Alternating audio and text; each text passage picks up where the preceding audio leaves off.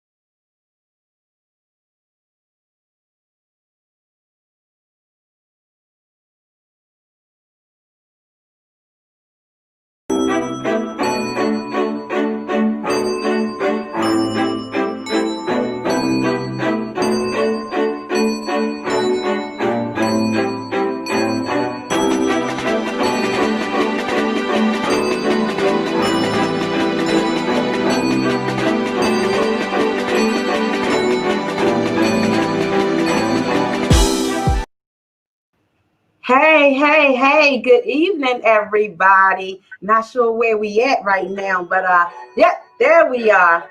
Y'all hear the music in the background. Tell me to turn my phone down. Good evening, everybody. Welcome to Victory Talk. I am your host, Lady J, and tonight with me is my lovey, Pastor Phil, and our co-host, Key, and Mishan, Noble, and we are here tonight, and we're just going to talk marriage. We have a special guest couple, but before I get to them, I just want to tell everybody, y'all know how we do. Come on, get situated, get in your comfy seat, get your honey, your lovey, your boo, get your husband, your wife. Tell them Victory Talk is on, and it's the marriage edition. We want you to share, like.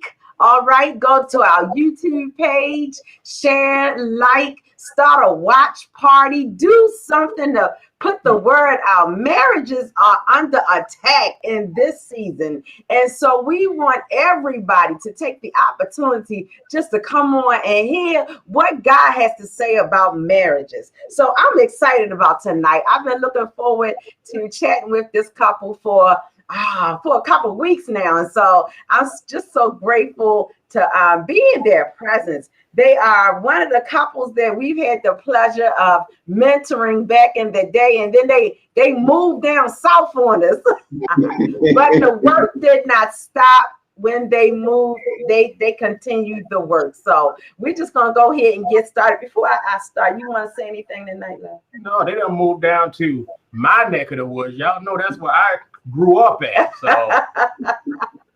So yeah, and then we have my co-host Key and her husband Mishan. Key, you want to say something? Hey everybody. That's all I got. I was running late tonight, so I'm trying to catch my breath. She's so quiet. So sometimes, y'all, not all the time. So we're gonna go ahead and get started. Today's show is called "We're Not Perfect, But We Work." Anybody got a perfect marriage out there? Not me. Crickets. Crickets. Are we perfect, babe? But we work. But we work. We work. Y'all perfect? Yes, we work. You work. All right now. So I just thought that was so appropriate. And I want to give credit where credit is due. So Key and I, as we were, going over things and we were doing our research and coming up with stuff, one of the websites that we came across that we, really gravitated towards for this session was called the Revive Our Hearts podcast, Your Marriage Today and Tomorrow by Crawford and Karen Lourdes. So we just want to give them their props. So some of our stuff is coming directly from them. So we just want to go ahead and get started. So just welcome. And we just want to start off by letting each couple just share a little bit about themselves, about their marriage, whatever they want to share. So we're just going to go ahead and start with us. So come on, Phil. I'm scared. As you should be. Plain and simple. All right. So you see, y'all know. This is Reverend Jackie and Reverend Phil, and we've been, man. How long we been on this train? 16 years. 16. Man, I'm a 16-year survivor. Well, on the technicality, it's been 17 years because we met. And then we kind of like dated, if that's what you want to call it. I'm not quite sure. I had that 1 year to get away. The truth of the matter is that I was trying to get away. He just wouldn't let me go nowhere. But it's okay. So yeah, we are 16 years in, officially April 30th of this year. We have 6 children. And we are grandparents. We have 3 grandchildren. Yes. We have 3 grandchildren. And then we got 2 bonus grandbabies and a goddaughter. So, and then a whole lot of nieces and nephews that are not birth nieces and nephews, but they stuck like glue, so they're ours. Right. And then the other thing, we have been, I guess, leading marriage ministry for what? Like 15 years. See how long we've been married? Yeah. Okay, you take that and you deduct about 2. Yeah. So yeah, about 14 years. So right. We've been doing this a minute now. Pastor Gray told us to fill in until he got somebody. And yeah, it was one of those key. Y'all fill in until I get somebody. That's and yeah, that so whole when time. y'all hear that term, fill in till we get somebody. That's real. Right. So let us run on down the street. Let's hear from the nobles. So I have been appointed to talk, I guess, as if I don't talk enough. But we have been married for almost 10 years. We're coming up on 10 years this September. And we have a blended family. We have 2 children together, and then we have 3. Yeah, we have 3 separately. So we got a little baseball, softball team going on over here. And that's about it. I mean, we've been through ups and downs, smiles and frowns, tears and laughter, a little bit of it all. And we are here today in a good space, in a better space than we have been in a long time by the grace of God. So that's us, little us. Y'all see, I had the sexy head going on tonight. Y'all see what happened. It just kind of fell down. Come on, let's hear from the say y'all name Brereton's. The Brereton's, right? The Brereton's. Mm-hmm. So we welcome y'all. Come on, let's share whatever. Now, in full transparency, okay, disclosure, we go out live through the church's website, Facebook page, Yahoo, Twitter. So. Yahoo. I'm sorry. I'm sorry, not Yahoo. YouTube. Okay, all right. So whatever you say, just know. Yeah. We got you. It's gonna be real discreet. Oh, yeah. You can be as discreet as you want. You can be as transparent as you want. So knock yourself out. We don't have nothing to hide. We ain't got no warrants or nothing, so we good. Yeah, don't threaten us with a great time. Yeah, right. But go ahead, you can start off, Bev. Well, we've been married for 5 years now. We've been together for 9 years. We've been together. We have 1 son together, and we have 2 kids from my first marriage. So it's been a real roller coaster. We had our lows, we had our highs. We had a great place right now. We're doing big things.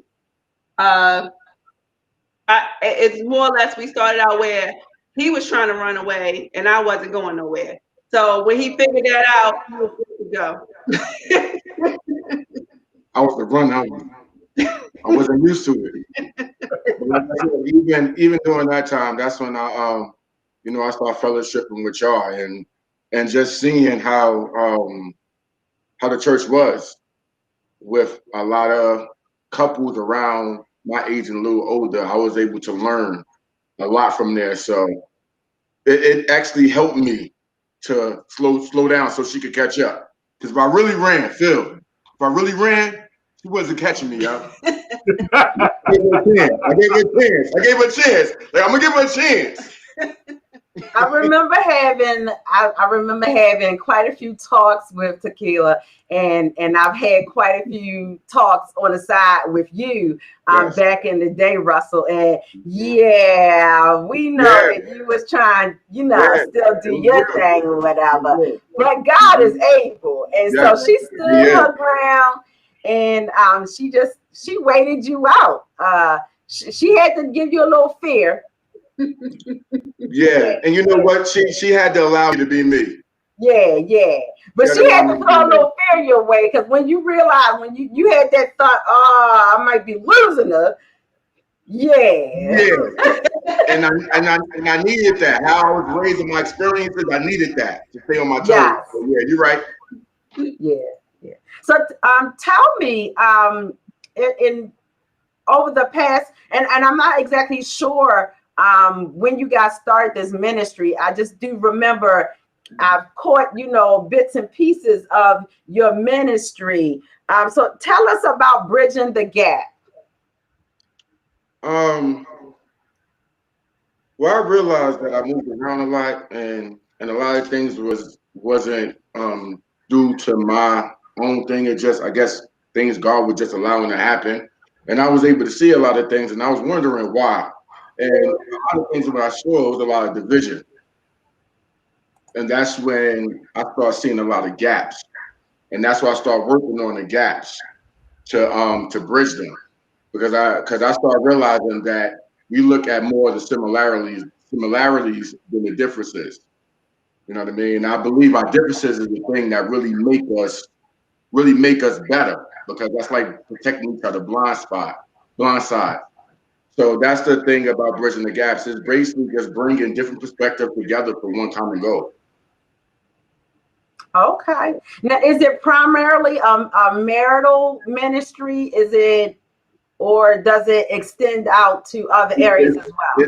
It extends everywhere. This is a general thing for everybody. Like, we don't want to put a cap on it, because at the end of the day, I don't want God to put a cap on me.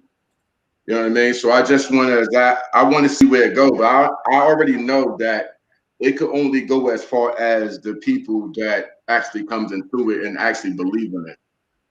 You know, now with us, if it's just us just doing it, of course we limit it because it's just us. But if we able to get other people that believe in it, which is y'all doing it, when you say I do, you bridging the gaps. You become one.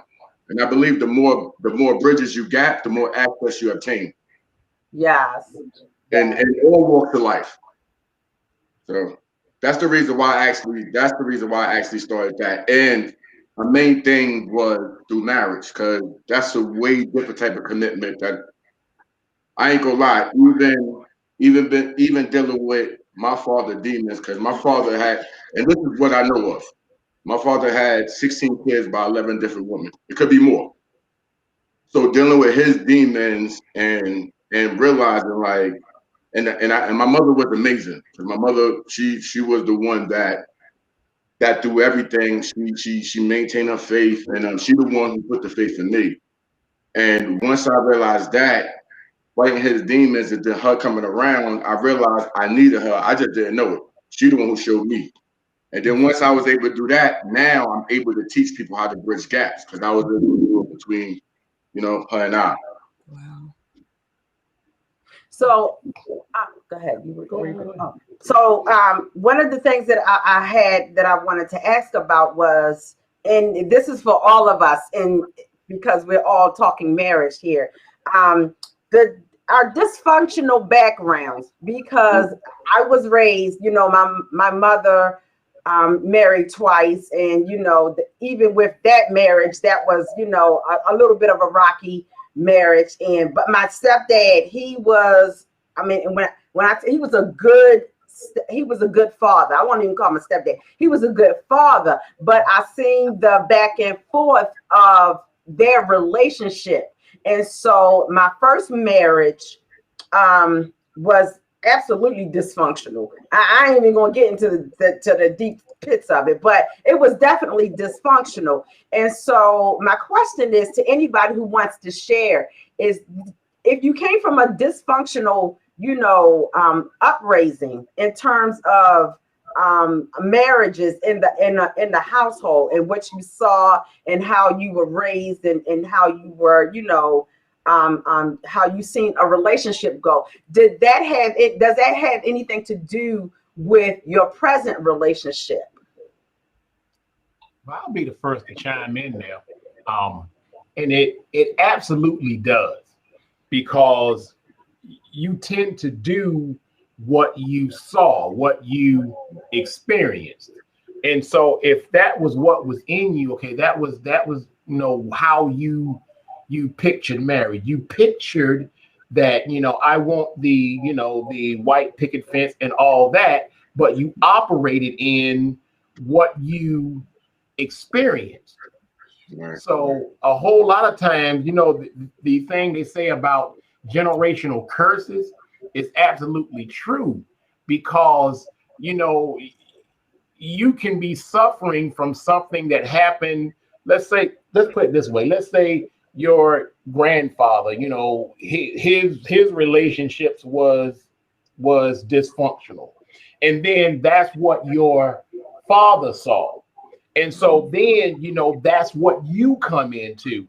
And until somebody breaks that cycle, it just keeps passing down and down and down. So somewhere, somebody has to say, look, this is it. This has got to stop somewhere, because as I can look back along my line, I can see a line of this dysfunctionality, and I can see it in my relationships. But it's like, when you and I got together, it was that this time of life, I was not trying to get married, won't get married, because marriage just didn't work for me. I figured I'm just not good at this. Yeah.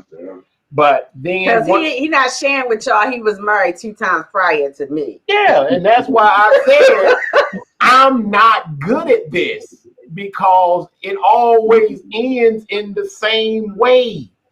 But then when we got together, and I said, you know what, this is going to stop. So I told Jackie, there's one way out of this marriage, and divorce is not the option.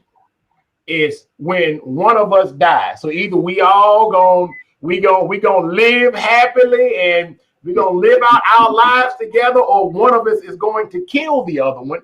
But that's the only way out of this, because this curse has to stop here. Because if it doesn't, then it's going to pass down to our children and to our grand. So somebody has to say, you know what? It's gotta stop. Key, you look like you had something. I was asking Misha to share, but I know, and that matters too. That makes a difference. He was saying his mom wasn't married, but I was explaining to him that makes a huge difference in what we're talking about. On my end of things, it's funny that Pastor Phil said that, because on my end of things, I was in the same boat, but it was for a different reason. My parents were, I believe they got married around the time when I was maybe 11, but they were together, before then. And so I grew up my whole life having, both parents married in the household. So I figure whenever I grow up and get married, they just stuck with me or they gonna die, like point blank. Like it ain't no other alternative option to this thing. Like that's what I saw, that's what I knew. And so that's what it was.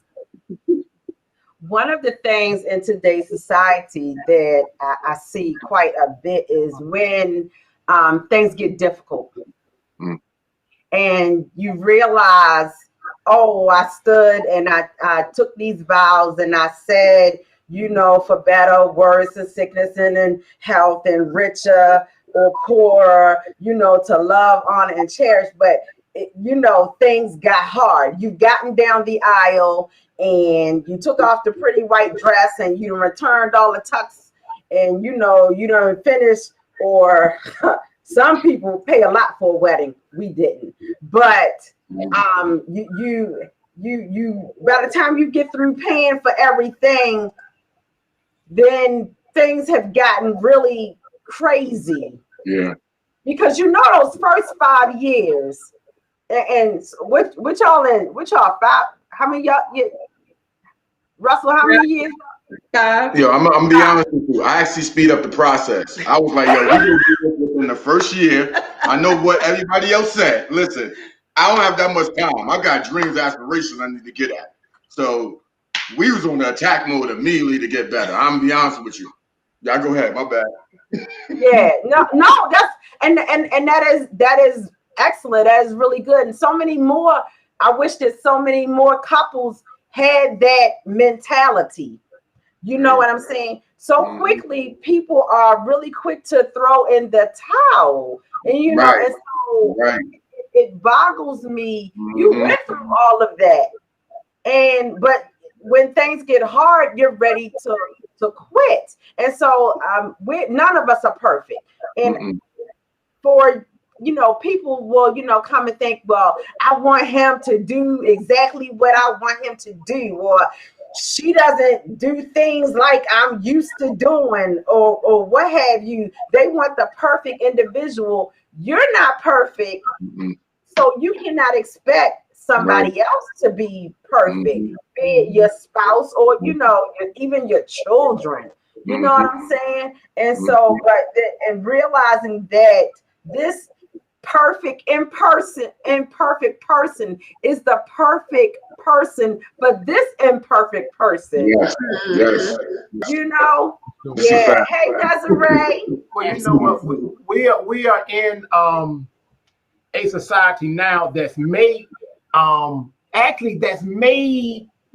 quitting acceptable. Right.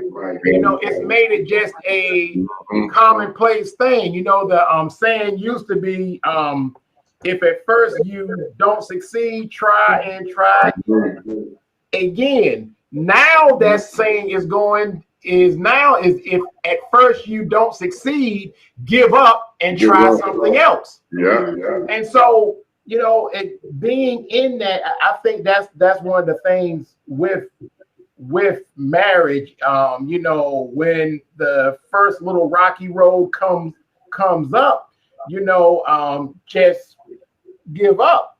But marriage is putting so many parts of a puzzle together. You're taking two personalities that have been used to doing stuff their own way, and now putting all of this together. And then when you add in, raising a child and, paying bills, and I used to do stuff this way, and I did it this way, and you're going to do it my way. No, you're going to do it. And so it's putting all of that stuff together.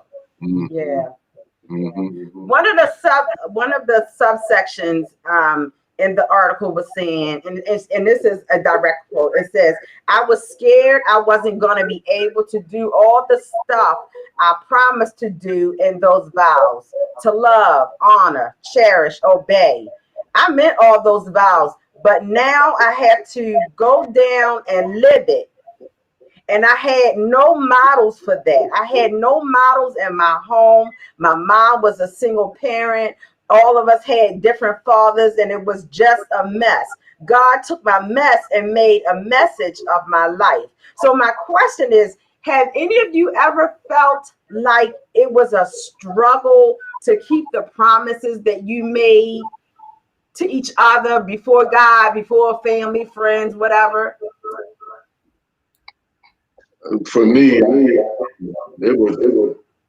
I'm a type of person about accountability. So I put extremely pressure on my, especially how she was being patient. I guess I felt like I was had to really had to show my appreciation about just being a better me, and a lot came with that. Even what Phil was talking about, my programming and how we're just used to things and the things I saw. And I think this is the beautiful thing about marriage. It's more than love. It's a commitment. You know what I mean? And the commitment takes sacrifice. And I think a lot of people they don't look at sacrifice like people of God, not excluding anybody, but a person that has faith in God. Sacrifice is gain to me. You know what I mean? So when you sacrifice something, you just putting that on hold to get something better. So, and I'm just blessed that she did that with me, because I don't know where I would be if I didn't put myself in that decision and make that commitment. Because once I put myself there, I had to do it. Tequila, you are so quiet. That's what I be trying to tell her. I be trying to tell her, like, listen, what we doing now? You gotta start speaking up a little bit more. So Tequila, I'm gonna lob a question to you, because in one of your interviews, one of the segments that you guys were doing, you said, and this is a direct quote. You said Russell, it was your dream man. Tell us about that. So, like, I don't know if anybody else did it, but when I was younger, I used to write. Like when I got frustrated or, something bothered me, I had a little journal, I would write in it.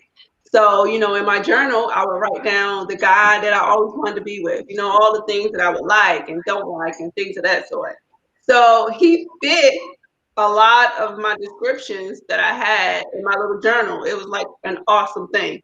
So I was at a point in my life where I felt like I wasn't, because I was married before. So when it was over, I was like, that's it. I'm done. I'm not doing it again. I had 2 kids. It was awesome, but I'm done.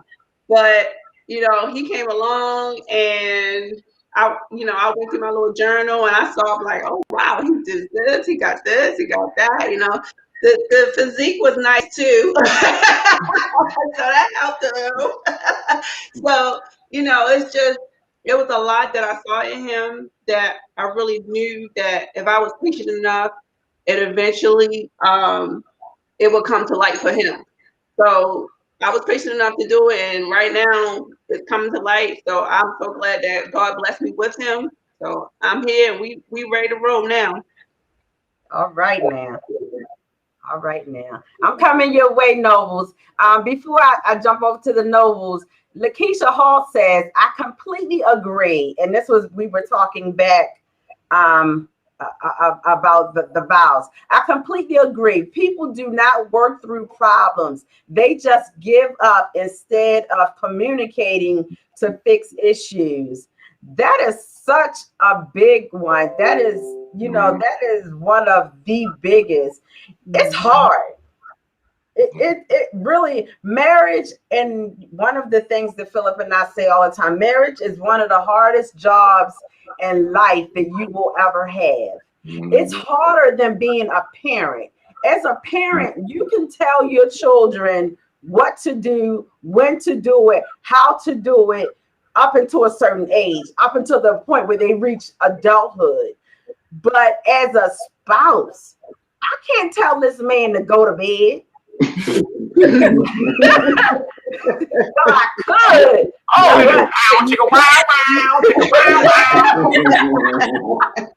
Right. So if I do, it might mean something else. Right.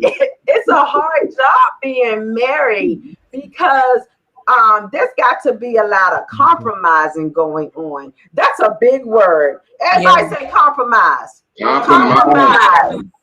Sheesh. You have got to compromise even when you feel like you're right.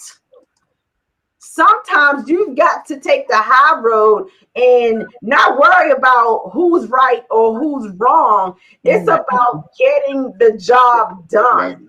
Yes. Getting the job done. Nobles, you had something? I didn't have anything. I mean, it wasn't really on topic, so no. But you know what? There's also one other thing I don't think, that I've actually heard talked about, and that's that, blending both of your dreams together. As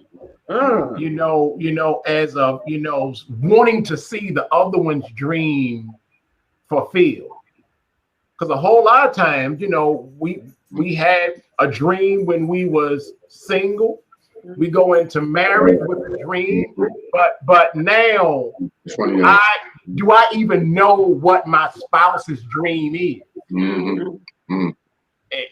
And how can I help my spouse to fulfill her dream or his dream? Because there's a whole lot of times people fall apart and they say that we grew apart. And the thing is, no, I had a dream and I don't see my dream being fulfilled, and I don't see you trying to help me with my dream. And a whole lot of times that we believe that our spouse, when we get married, they get the gift of mind reading. And we just expect them to know what's on our minds and we haven't told them, and now we have falling outs because you are supposed to be doing this, and our spouse is like, I have no idea what's wrong with them, and that's because we believe that they can now read minds, but it's that thing of of blending, as we say, blending the personalities together, but then now blending the dreams together. Mm-hmm. See each other's dreams fulfilled. No, I'm gonna tap in on that because the first lesson that we learned in pre-management with Pastor Gray was don't assume. Like when he was like, this point on, that's the first thing he said. So whenever we go do anything, I immediately say that to her. You know what? Let's not assume. Let's get some understanding of it because we growing. And it's funny that she was touching on the dreams thing. And I was just trying to let her know, hey, listen, like you was telling her be quiet to speak up. I've just been having this conversation when I said, babe, listen, you got to start speaking up. You got to start doing what you need to do. I don't want you to always put the energy in my dream when you have your own. You know what I mean? Because that's me just being selfish. And I'm really trying to really bank it. But I think she getting it now, but she just really didn't understand it. Like, but I'm like, nah, because you pursuing your dream is going to make me want to go after my dream even more. Mm-hmm. I mean, I believe even if we decide to go separate ways in a certain aspect, I believe God got the people there already. It's a purpose. We all have our purpose, and sometimes we have to go out separate ways, deal with stuff, and then you know what, we come back together. And so it's crazy that you even say anything about the dreams, because that's why I'm really pushing her more to her. I got mine. I'm good. I'm gonna make sure I do what I do. Just her being here by my side, I'm good. Mm-hmm. Mm-hmm. That's so cute. Let's work on it. Oh. One of the things that Russell said about you was that you were passive aggressive. Oh. I am. So I am. It's just me. I have a brother. It's just me and my brother, my baby brother. And when it comes to having an argument or anything like that, I'm just not for it. So I kind of hint things out that I would like, or something that I want to do, or I'll say, "Oh, babe, well, this is going on, blah blah blah," and he'd be like, "So is that what you want to do?" Or so I have learned myself. I'm a people pleaser. That's just who I am. Listen, it's like having no job, and when you wake up in the morning, applications just everywhere all over the house. Applications just all over the house. That's how she was, and people used to always look at me. I'm like, at least I'm direct and straightforward. Well, I'm so sorry. It just connected with you said having no job and applications all over the house. Everywhere. No matter where you go with the application, like, come on, man, I got it. Just give me some time. I got it. Crazy. Miss Sean, you so quiet tonight. Talk to us. You got to say something, Miss Sean, brother. Come on, man. What's up? Brother is so deep. Listen, I'm gonna be honest with you. Like, you both gentlemen said something that it definitely makes sense about communication and chasing your dreams. But I can only speak for the people who were like myself, coming in so young. I got married. What was I? 23, 24 years old. So like at that time, I thank you, brother. I still look 12. My brother said I look the same right now. And saying that, for people who do get married young, you don't even know who you are at that moment in time to be able to bring something to a relationship. So having an open relationship, like, my wife and I, where she can put anything on the table, I put anything on the table, and we try our best to make it work together, is the most important thing. Because if you don't even know what your dreams are, how can you both chase dreams that, you don't even know what you're trying to achieve? So when I was growing up, I didn't have, a father in the home. My mom was dad and mom. So growing up, my level of success was to be a good father, to be a good husband, and take care of my family. So that was always my goal. When I got married, we had children. You know, I was trying my best to be a good father, a good husband. Now we're chasing actual, levels of success together, which is, more important, for our family and our structure later on down the road. But knowing what you want in life is so important when it comes to marriage, because you both, like you said, you can do it together. You can do it together. But and he mentioned the fact that he got a whole cougar over here. So he talking about he was young, but I wasn't. So I was good. Okay. Right. Right. Good on you. No, Okay. it's just 5 years, but he always got grandma jokes and stuff, so I had to throw that out there real quick.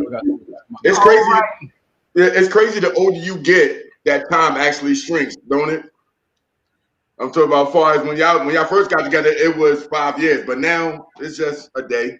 Yeah, because I try not to even think back that far, because I was like in middle school when he was in elementary school. So that's you think about like that. So yeah, so I be trying to just think forward about the grown years, so I don't be getting into trouble or nothing. It's not even that though. It's something like you watching TV. She like, "Oh, you remember? I wasn't even born." Right.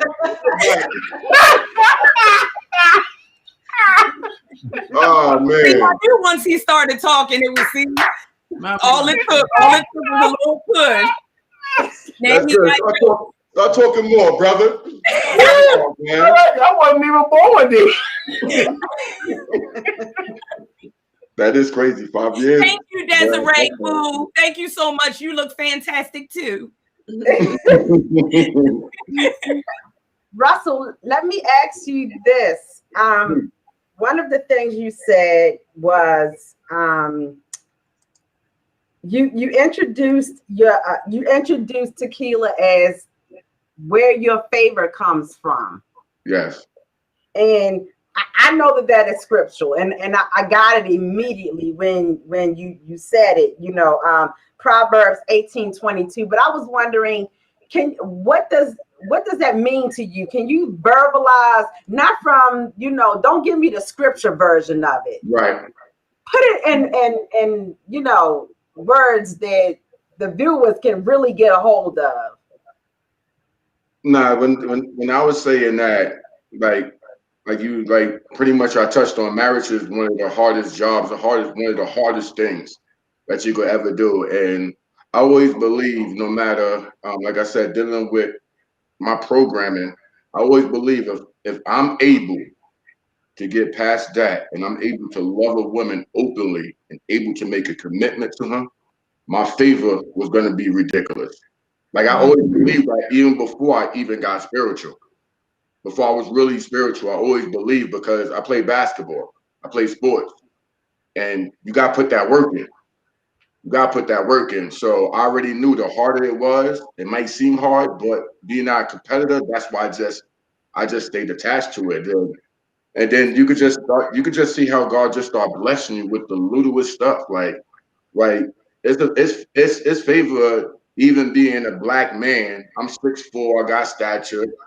I don't got the crazy smile. I'm not the most welcoming person, so I deal with a lot of stuff out there.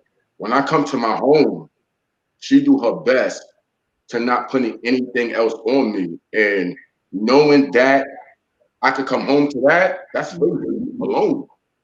It's powerful. Yeah, that's favor. That's just favor alone. You know what I mean? And it just gives me that comfort just to go attack the day like I could. I wouldn't be able to hit the waves like I could if I didn't have her as a first board. Can I piggyback off of that real fast? Go ahead, bro. It's something that you said right there that answered both of your questions, Phil. When you guys were talking about marriages and how they're so easily thrown out the window today, you see it all over the television. People are so caught up in the promise that they made to one another and forget the promise that they made to God. There you go. Forget that marriage is not just a piece of paper at the courthouse, saying that, we are going to be together. If you don't have God to build you guys up whenever you fall, then you ain't going to be anywhere. Mm-hmm. You have to bring God into your marriage before anything, first and foremost. Right. I know I wouldn't be here if it wasn't for God. You said you was running, brother. Listen, I was almost gone, and I ran a 4.340, brother. I don't know if you would have caught me. You fast, boy. Jeez. I don't know if she would have He caught me. was. You petty. You so petty. You petty. Listen, I love my brother. He's so. I tore my ACL and my MCL. He said I was. Right. Ain't no running no more. That's how she got me. You ain't trying to limp away. See, Michelle? You ran there, limp away. Ran there, limp away. I had some ribs for you. And too. y'all talking about that better or worse situation. Like, I had to be a whole caregiver.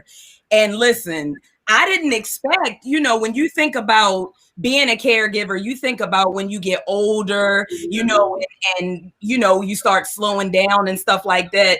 This fool busted his leg all up playing basketball. So I'm like having to tend to the house, tend to the kids, take care of him, do everything. And it was hard. Like, and I was, before starting a new job, right? Hold up, but tell him why. Tell him why. She told y'all half the story. She said, "Baby, why don't you go out and start playing basketball more often, and you can, get yourself back in shape and all that." Set you up. You set you up. I told him to go get some exercise. I ain't say hurt yourself. No, set you up, man. Injury. It was a setup. It was a setup. It was a whole setup. But yeah, that caregiving thing, it was difficult, and I never complained, even the nights when I had to cry to my mom and to myself because I was so tired. I never let him hear it. I never let him see it because he was being so hard on himself. Right.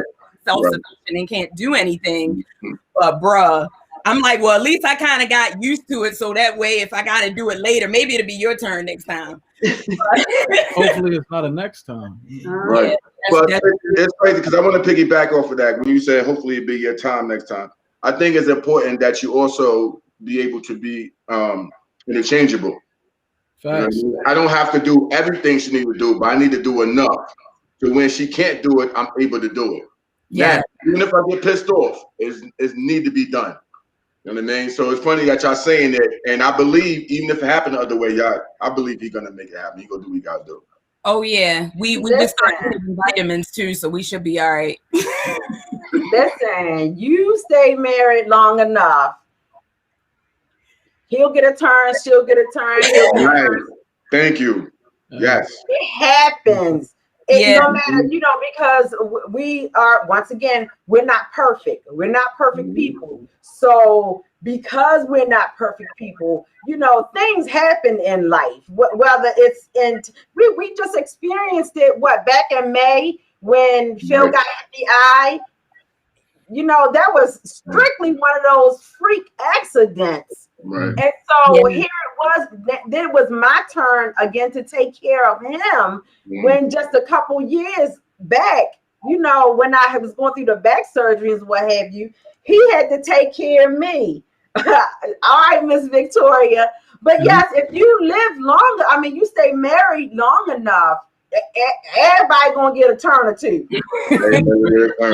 The crazy part about that is in my situation, it literally like symbolized what marriage represents, because I not only did I tear my ACL and my MCL, I must have put my hand down to brace my fall, and in the meantime I had tore the ligament from my thumb, so my thumb was also broke. I literally could not use the entire left side of my body, and my wife was my left side the entire time. But I wasn't able to use my other half. I thank God for it. Miss Victoria said, wait a minute, I know. And she said something about it's a blessing to there it is. That's a blessing, having a partner that is your ride or die. It is absolutely. Yes. Absolutely. Because and then when your partner, I wasn't upset with Phil about him getting hurt, his eye getting hurt, about me. Because, listen, Welcome to my world. No, Welcome to my she world. like I was you fooling with what No. you were with. No, She no. He said because she told me to. But no, what I'm saying is hey, Deborah. Hey, Deborah, but what I'm saying is that, you know, when you have to take care of everything that you have to take care of, and then you then taking on somebody else's stuff, I had to go into preaching mode, taking care of ministry, taking care of all of the bills and everything, the household, on top of every hour or every 2 hours, get that medicine in his eye.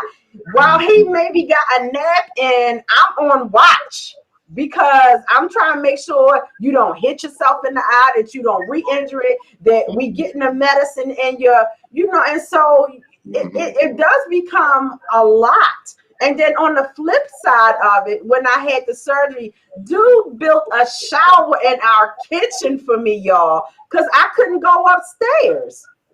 You know what I'm saying? He built the shower. So it's little things like that.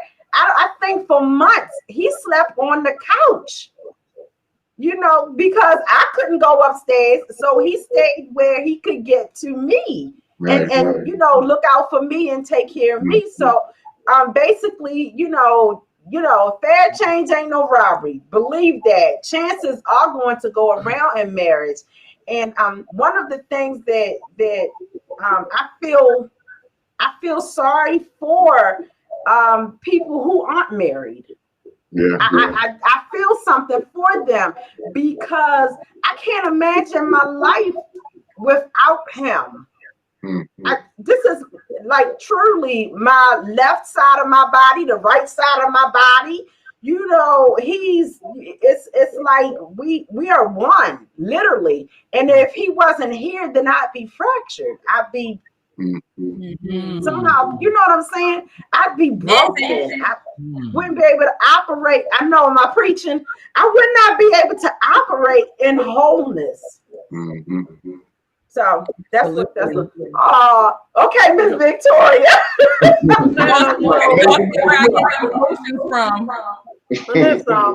Let's want to get into this because, you know, as of being married, you know, you have those good times and everything is all good, but there's also those times when you just don't see eye to eye. You know, like you said, we're in the same book, but we're not on the same page. Sometimes we're not even on the same chapter. Right. And so, you know, it's now that thing of dealing with disagreements. And so, you know, especially the crazy thing about marriage is because, you know, this is my partner, this is my ride or die. But, you know, as Russell said, we get competitive when we're having disagreements. I mean, and that's just the normal person. But with our spouse, we kind of kick into that same mode. But the problem is that there is no winner of that disagreement. Especially if you want. Huh? No. I heard that. So how do you guys, how do you do with letting go of things that, small things, they just really don't mean a whole hell of beings, but we make mountains out of molehills. So how do you guys deal with that? How do you operate in that? You know, we're not supposed to allow the sun to go down on our wrath, but I know I truly am not perfect. I can hold it. Right. I can hold it. Yeah, she just stay up all night. Yeah. Go ahead. I'll make my answer short. I learned at a very, very, very young age. Like everybody I've ever met, for some reason, keep calling me an old soul. But I learned at a very, very young age that tomorrow may not come. A couple minutes from now may not come. People don't always come back. from the store when they leave. So I never was one to hold on to any kind of grudge or anything. So like we used to bump heads because I guess she thought I didn't care. I was like, all right, you yelling, you mad, you big mad.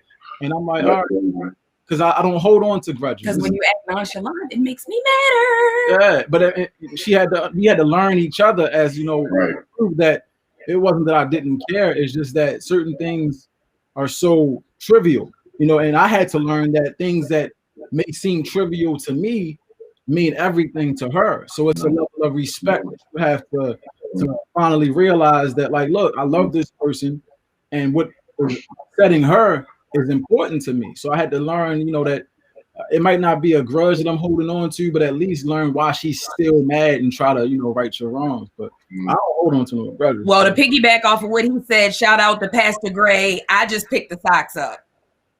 That's all. He talking about trivial things that used to have us like for a week. Well, okay, me mad for a week. And then, you know, through marriage ministry. So shout out to our pastor and first lady. But Pastor Gray said, just pick up the socks. And so, and that sits with me. So like every time, like literally every time he's still leaving stuff around the house or doing these little things that, you know, are pet peevy to me, I might walk over him, or, you know, like you said, that passive aggressive stuff, I'll pick him up and like throw him somewhere or something, but I'm gonna let it go. Like, I'm not gonna fuss about it. So we have come such a long way, like he said, and you have to learn, you know, what each other's trigger, whether you got to use a safe word, whatever it is that you got to do, you know, so that you can just ride it out through the moment. It works. Desiree, if Desiree is out there still, she can attest to this. We used to have this. This used to be one of my things in marriage ministry. Back at, you know, St. Stephen's, was about the socks, and I had a big, oh my gosh, the socks. I didn't know you had a socks next to the laundry bucket. Here she go. Yes, because at the end of the day, does it really matter? All the socks next to the laundry bucket. You missed the laundry bucket. It was right there. Now I'm just like, he leave his socks on the chair. He leave his socks over by the bathroom door. You know what? It's so not worth my energy anymore. You know, to be up in arms. She said yes.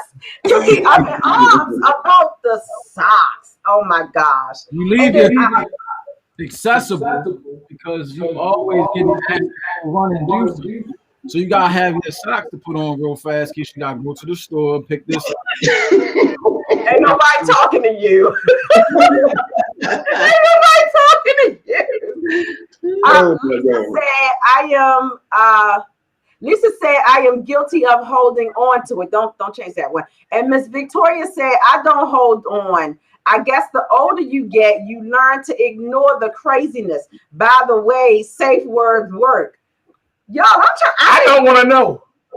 Yeah. Hey, Phil, stop. I don't know. What you say? I don't want to know. The safe words? Stop. That's Lord the socks, Sister Deborah. It's really real out here in these married streets, okay? Yeah, it's real. It's real. It's real. So how do you guys operate in, you know, letting things go? Tequila, you know, I'm coming at you because you're so quiet.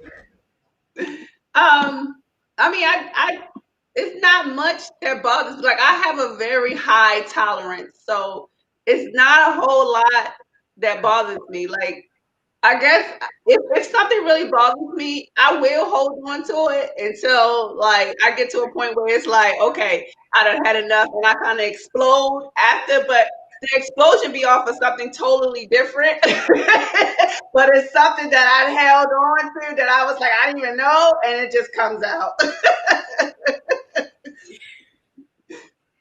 You know, you see a lot of the husbands are shaking their head, and let me just say for my sisters, I apologize that we hold bank. We shouldn't hold bank. We really shouldn't, but we do, because a lot of times we are trying just to hope that it'll correct itself. It'll just work itself out or whatever. But then what happens before we can process and digest and get over the one thing. Y'all come through with another. Hey, that's really not our fault, though. That's not our fault. It's not your fault. It's gotta be a time limit. It's gotta be a time limit. Yeah, like you sit down at dinner and y'all get into an argument, and she be like, "You didn't even such and such." You're like, that was like 5 years ago. I forgot about that. And that's the thing I think I knew about her, because she was passive aggressive. The one thing I knew she held stuff in. I was like, I do not want to see that, because what's going to happen is I'm going to get it, because I'm the closest one to her. Facts. When it's everybody else that's putting on this, that she's tolerating for them too. And I already knew it already. So that's one of the main things that piss me off, because I'm just like you, Nisha, so real. I'm nonchalant about stuff because I accept things, I get understanding of it, and then I move on so we can get better. Because of it, of course, it's going to look like I don't care. But at the end of the day, I'm like, okay, that happened. What are we going to do now?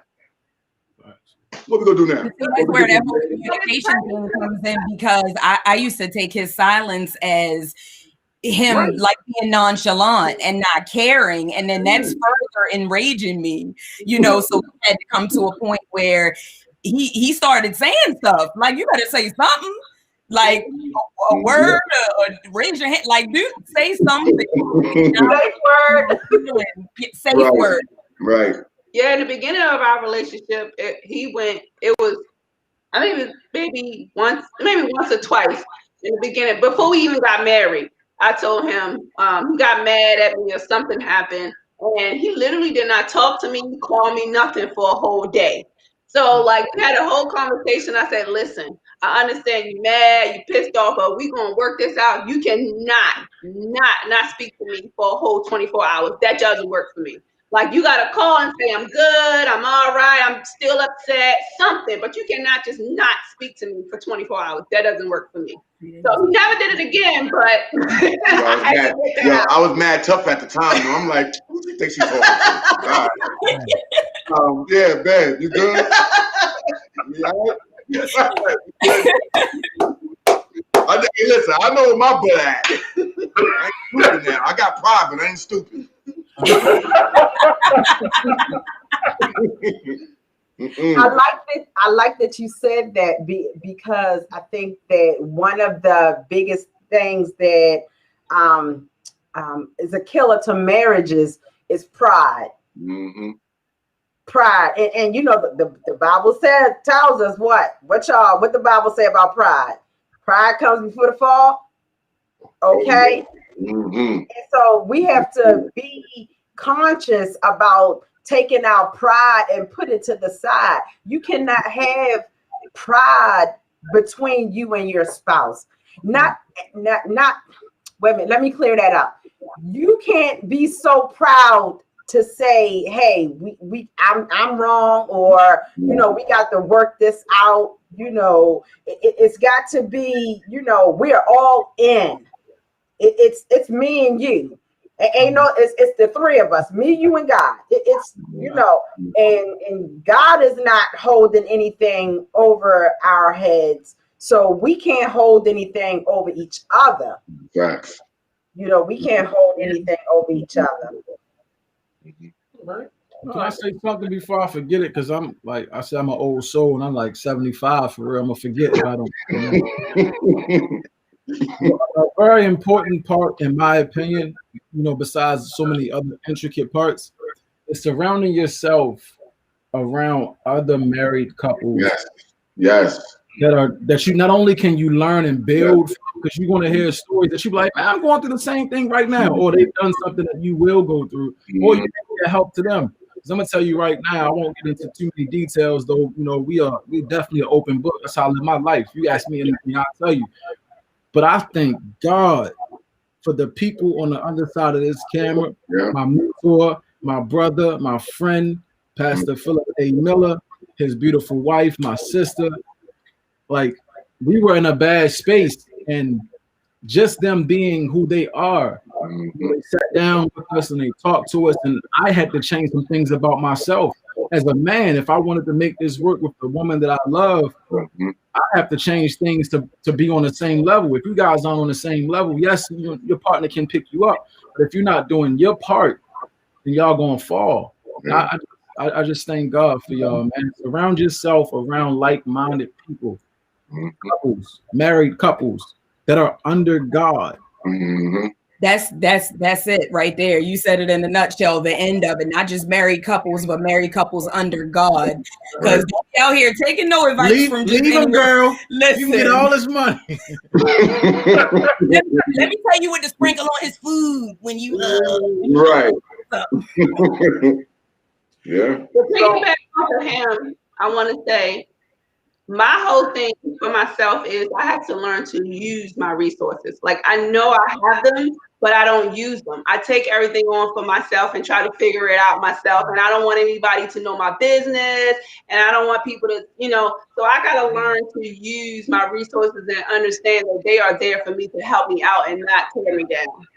I said that yesterday on Facebook. And it's not to just help you, sis. Like, with your resources may be, reaching out to somebody, but you reaching out to somebody to learn something for you to teach somebody else later on in life. Right. So, right. Yeah, we all go through it for a reason. Wow. So, well, kind of, Mishan jumped on something because we're at the 8 o'clock hour. So, what is, and Mishan, you've already given yours, but what is the best advice that you would give a couple who was getting ready to get on this marriage journey? Or already on it? He said, pick up your signs.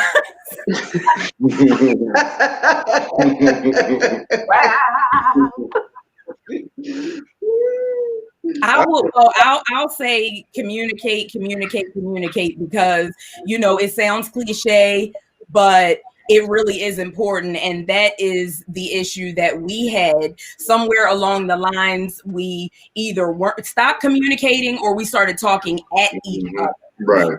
Instead of to each other. So I would say, even if you got to have your cool down, if you get into, an argument, stuff starts getting heated, if you need to separate yourself for a little while, don't say things out of anger.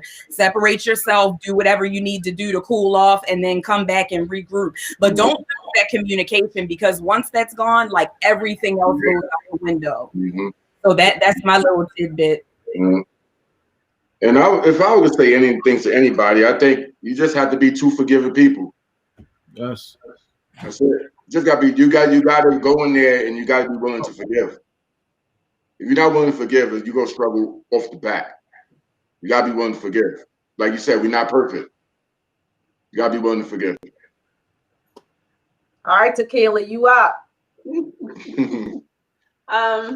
I guess my whole thing, along with the forgiveness, is to be understanding and see, always try to see where they're coming from. You don't always think of it, take it the way you feel, but find out how they felt about it. What made them feel that way in that situation, so you can get better understanding. So that way you can understand, okay, well, you can see it in a different perspective. You're like, oh, okay, well, maybe I was wrong for that, So just have some understanding and ask questions about, what they may have issues or how they feel about things. Good. You got 2 comments there, sis. Desiree Hart said, my advice would to be keep God in it. I see a word. I can just fill a word in it. Phil, you stupid, because And Miss Victoria said, just know that for all the mess you put up with, he puts up with the equal amount. Yeah, that's nice. That's 100. That's wisdom in the house, y'all. That's wisdom in the house. That is double. That's a fact. I like that. So, okay. What's your advice? What you got? I would say, first of all, marriage is a great and a holy union, but it's not a perfect union, because we're still trying to mold each thing together. So often we get married and we figure that our spouse is perfect. And then when we see that they're not perfect, sometimes we get disheartened. But keep in mind, you're not perfect either. And, really and truly, you don't want somebody perfect. If you want to be happy, you want to find somebody who's just as messed up as you are. Yes. So don't think that your spouse is perfect. Just believe in that your spouse is the person who you fell in love with. So they're not perfect, but they're the perfect person for you. And love each other. Love each other. Sometimes you have to think when you're going through those, as we say, heated fellowship moments, sometimes you have to go back in your head of the day that you got married, the day you seen them walk down the aisle, that those feelings that you had then, and you have to put yourself back into that moment because life is not perfect. Life comes at you. And we have to all keep in mind that marriage was ordained by God, which means it is something that the enemy doesn't like. And so you will be tested. Your marriage will be tested. And you just have to figure, here's the thing about, like Russell said, being competitive. I say the devil's not going to beat me. He ain't going to win. So I got to hang in there with whatever goes on because he's not going to win. I just can't let him beat me. That's right. All right. Well, that is our show for this evening. The time goes by so fast. So I just want to say thank you to everybody for being here and being so transparent and being so open and honest. I believe that, everything that we do go through and everything that we endure in our relationships is so that somebody else may be able to see if they can make it through, I can make it through too. And there's nothing that you're going to go through or that he's going to go through or we're going to go through together that somebody else is not going to go through as well in some way, shape, or form, one another. So I believe that marriage is so important, but sharing with one another is equally as important as well. So I'm your host, Lady J, and our other host, Key. And so we just say thank you for being with us here tonight on Victory Talk, our marriage edition. And our marriage edition is every fourth Friday of the month. So y'all come on back next Friday for our next edition of Victory Talk. But next month, we'll have a new couple on with us. Prayerfully, maybe a couple of two. I see the hearts are chiming in a lot tonight. So we may be able to pull them in on the show. So he said fresh meat. So just want to say thank you. Thank you to all of our guests. Thank you for all of your comments. And we look forward to seeing you all right back here again next week for Victory Talk. We love you. We love you. We love you. We pray God's blessings and his peace upon you and your marriage. Have a good night. Good night. Good night, everyone.